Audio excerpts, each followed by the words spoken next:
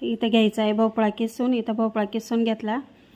तर इथं घेतलं आहे गव्हाचं पीठ, तांदळाचं पीठ, थोडंसं डाळीचं पीठ, हिरवी मिरचीचं वाटण, लाल मिरची, कोथिंबीर, कढीपत्ता कापून घेतला. इथं फोडणी देऊन घेतली जिरे मोहरीची. तो तडका पिठांवर टाकून घेतला. खूप सारी कोथिंबीर टाकली, थोडं हिंगाची कडक फोडणी दिली, पीठ मिक्स करून घेतलं आणि जे फोडणी पात्र होतं त्यातच पाणी टाकून छान पीठ मिक्स करून घेतलं.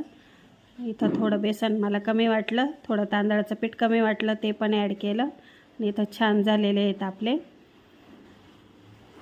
थालीपीठाची तयारी. बघा इथं गोळा करून घेतला.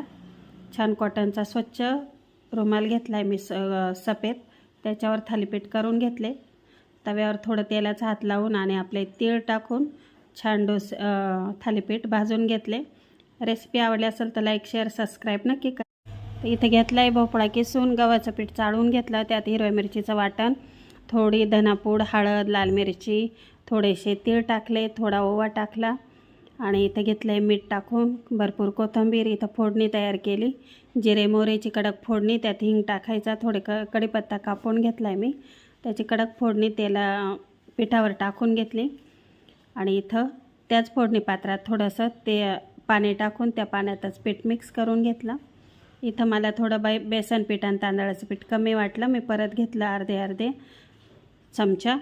इथं तव्याला तेल लावून घेतलं आहे मस्त आणि इथं बघा गोळा करून घेतला पिठाचा आणि छान इथं थालीपीठ तयार केले. कॉटनचा स्वच्छ कपडा घ्यायचा व्हाईट आणि त्यावर थालीपीठ छान करून घ्यायचे. थोडं तेल लावून तीळ भुरभुरायचे आणि इथं आपले थालीपीठ रेडी आहे. रेसिपी आवडली असेल तर लाईक करा, शेअर करा,